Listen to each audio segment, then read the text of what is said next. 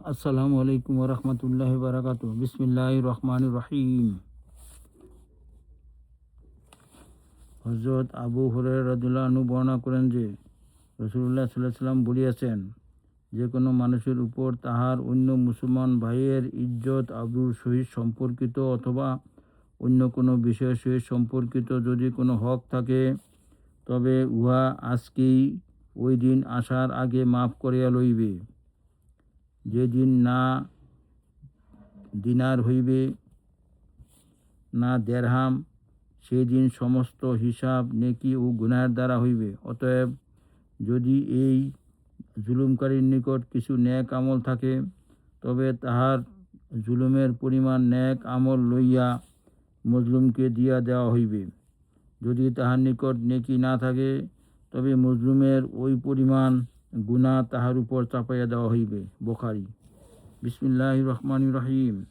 হযরত বারা ইবনে আজেব রাদিয়াল্লাহু আনহু বর্ণনা করেন যে রাসূলুল্লাহ সাল্লাল্লাহু আলাইহি ওয়াসাল্লাম বলিয়াছেন, নিকটতম সুদ হইল নিজ মুসলমান ভাইয়ের ইজ্জত নষ্ট করা, অর্থাৎ তাহার ইজ্জতের ক্ষতি করা।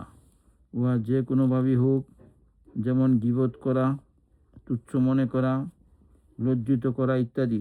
তাবারানী জামে সগীর।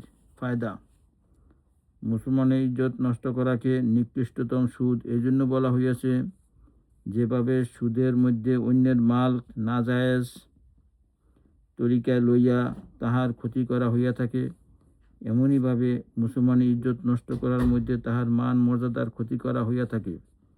আর যেহেতু মুসলমানের ইজ্জত ও মান মর্যাদা তাহার ধন সম্পদ হইতে বেশি সম্মানের জিনিস, এজন্য ইজ্জত আবরু নষ্ট করাকে নিকৃষ্টতম সুদ বলা হইয়াছে।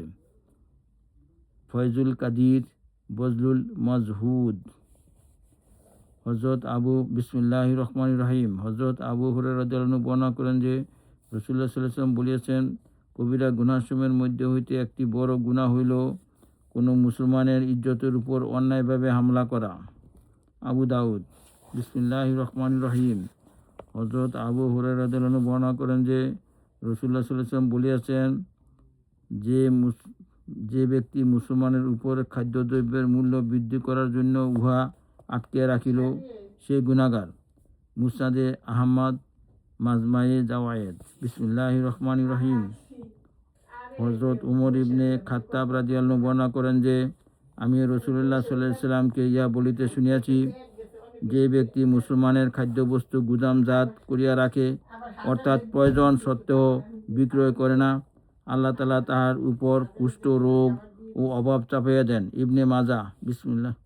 ফায়দা: গুদামজাতকারী ওই ব্যক্তি যে মানুষের প্রয়োজনের সময় মূল্য বৃদ্ধির অপেক্ষায় খাদ্যবস্তু আটকে রাখে, যখন সাধারণ পর্যায়ে উহা পাওয়া যায় না। মাঝারে হক। আল্লাহ আমাদেরকে আমল করার তৌফিক দান করুন।